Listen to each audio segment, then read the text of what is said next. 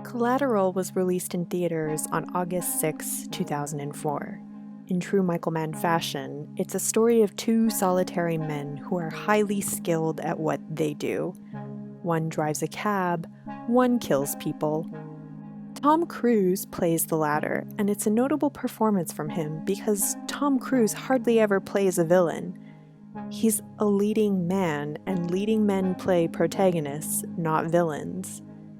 In a career spanning nearly 50 movies, Cruise, arguably, has a total of 5 villainous performances. The hot-headed Captain Sean in Taps, the vampire Lestat in Interview with the Vampire, pickup artist Frank Mackey in Magnolia, the foul-mouthed, belligerent Les Grossman in Tropic Thunder, and Vincent in Collateral, a calm, stylish psychopath who hires Jamie Foxx's Max to drive him around Los Angeles for a night. The role is not just deeply unusual because Tom Cruise plays a villain, but also because of what came after. Cruise's next movie after Collateral was Steven Spielberg's War of the Worlds. He had to do a press tour for that movie, and that press tour... So this is interesting, Tom. We've never seen you behave this way before. I know. Have you ever felt this way before?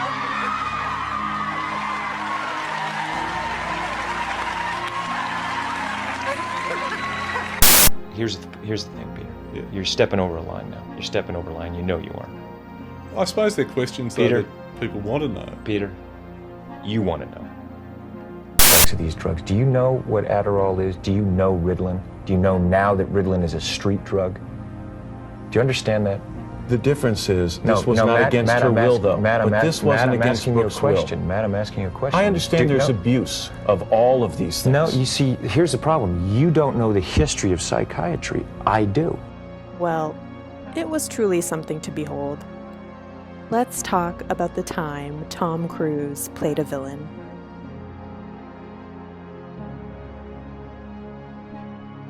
In Collateral, Jamie Foxx plays Max, an LA cab driver who picks up Tom Cruise's Vincent.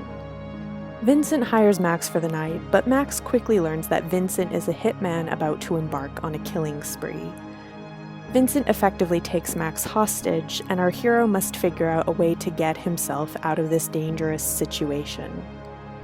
Cruise is genuinely chilling, and this movie really makes me wish there were more villainous entries in his filmography.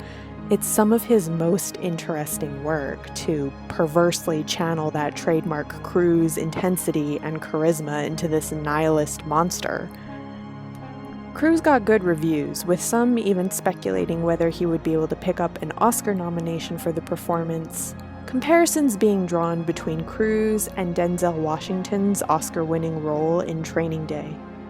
In his January 2, 2005 Movie Awards column in the New York Times, Tom O'Neill listed Cruise as a frontrunner for the Best Actor Oscar nomination, along with Leonardo DiCaprio for The Aviator, Johnny Depp for Finding Neverland, and Liam Neeson for Kinsey. At the 77th Academy Awards on January 27, 2005, it was Jamie Foxx who won the Best Actor award for Ray, the culmination of a dominant award season performance. He also picked up a Best Supporting Actor nomination for Collateral, but there was no nomination for Cruise. In hindsight, it is kind of a strange absence. A nomination for a beloved movie star playing against type in a film that received critical acclaim seems like it would be a safe bet. But Oscar campaigns are PR campaigns, and this was Cruise's first award season in years without a steady hand at the wheel. The previous year, in March 2004, Cruise fired his longtime publicist Pat Kingsley, a woman who was a powerhouse with a vice-like grip on the dicks of traditional outlets. Kingsley signed Cruise in the early 90s, and her talent can be seen in the public perception of Cruise up until this point in time. He had done nothing wrong, ever, even through his divorce from Nicole Kidman. Kingsley gave an interview to The Hollywood Reporter in 2013 where she attributed the professional breakup partially to the fact that Cruise wanted to have more control over his public profile.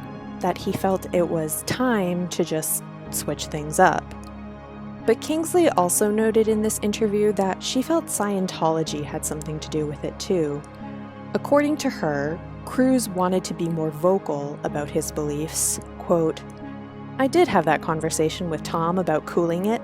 Scientology is fine. You want to do a tour for Scientology? Do a tour for Scientology. But Warner Brothers is sponsoring this tour." Cruise replaced Kingsley with his sister, a fellow Scientologist who would be working with him throughout the upcoming press tour for Steven Spielberg's War of the Worlds. As part of this press tour, Cruise appeared on the Oprah Winfrey Show on May 23, 2005. Even by Oprah audience standards, the screaming crowd was extremely passionate about seeing Tom. I mean, they were losing their goddamn minds. Oprah even had to tell them to calm down at several points. After briefly talking about Oprah's Legends Ball, the conversation then turned to Cruise's new relationship. He declared that he was in love with his new girlfriend, the 26-year-old actress Katie Holmes. He fist pumps, squirms around, repeatedly stands up, and jumps on Oprah's couch.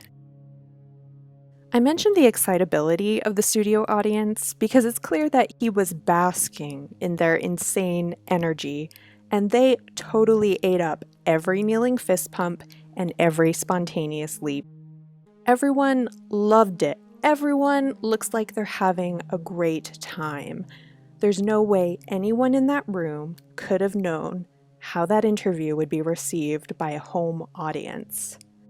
For those who watched the episode on TV, the whole incident, driven by Cruise's lovesick physicality, just looked deeply, deeply weird.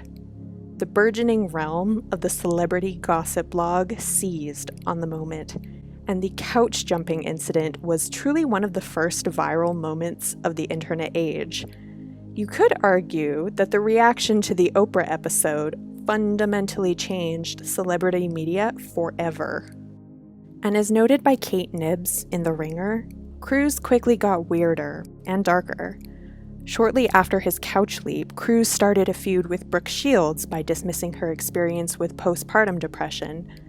He went on Today to go even further, insisting that psychiatry and psychiatric medicine were dangerous. While Cruise was a longtime Scientologist, he had never openly advocated for the abusive group's more controversial beliefs so publicly before. War of the Worlds went into wide release on June 29, 2005, and it was successful. It was the fourth highest grossing movie of 2005, both domestically and worldwide, so it wasn't a box office bomb by any measure. But the disastrous press tour pretty much ended Cruise's working relationship with Steven Spielberg. As reported by Brian Burrow in a 2007 Vanity Fair article, Spielberg felt the actor's antics had hurt War of the Worlds. Far worse, though, had been an episode when Spielberg told Cruise the name of a doctor who had prescribed medication to a relative, and the doctor's office was subsequently picketed by Scientologists. Cruise's relationship with Katie Holmes would continue to play out in the tabloids until their divorce in 2012, an affair that Frank Rich would characterize in the New York Times as a lavishly produced freak show designed to play out in real time. Cruise's Q score would drop by 40%, and his next two movies, Mission Impossible 3 and Lions for Lambs, would be considered box office disappointments. In August 2006, Sumner Redstone fired Cruise from his production deal with Paramount Pictures, ending a 14-year relationship. Redstone raised some eyebrows when he told the Wall Street Journal that Cruise's recent conduct has not been acceptable to Paramount. But Cruise would ultimately be able to get his career back on track by taking on his final villainous role. In 2008's Tropic Thunder, he plays Les Grossman, an unholy combination of Scott Rudin, Harvey Weinstein, and Stuart Kornfeld. According to director Ben Stiller, Cruise himself came up with the concept for Grossman, quote, "a greedy pig studio executive who really represents the gross part of Hollywood. Cruise is fairly unrecognizable, both because he's balding and wearing a fat suit with a very hairy chest and arms, but also because he's spewing off line after line of profane nonsense. The actor was not featured in any promotional materials for Tropic Thunder, like posters or the film's trailer, and so if viewers did not immediately realize Grossman was Cruise, they had to wait until the movie's credits to learn that bit of information. The Grossman character, another against-type villainous turn, was a resounding success for Cruise. He got good reviews at a time when he really needed them, and the famously starstruck Hollywood Foreign Press Association even gave Cruise a nomination for Best Supporting Actor at the 2008 Golden Globes. He also appeared in character at the 2010 MTV Movie Awards, dancing on stage with Jennifer Lopez, which is a scenario that really feels like it was cooked up by a Mad Lib. Deadline even reported just last year that Cruise and his producing partner Christopher McQuarrie are, quote, fixated on having Cruise return again as Grossman in some capacity. Cruise is firmly back, following the successes of the Mission Impossible franchise over the last decade and last year's Top Gun Maverick. At the 2023 Academy Luncheon, Steven Spielberg, of all people, hailed Cruise as the savior of the film industry, telling him, "You saved Hollywood's ass, and you might have saved theatrical distribution." The couch jumping incident, sandwiched between two villainous roles, seems more like a blip or something that could be forgotten entirely. But the whole episode fundamentally altered the course of Cruise's career. Yes, he was a leading man who starred in blockbusters, but he made interesting and adventurous choices. If you look at his filmography over the last decade, it largely consists of action movies he's made in partnership with Christopher McQuarrie. That's not totally bad. Many of these movies kick ass, and he's good in them.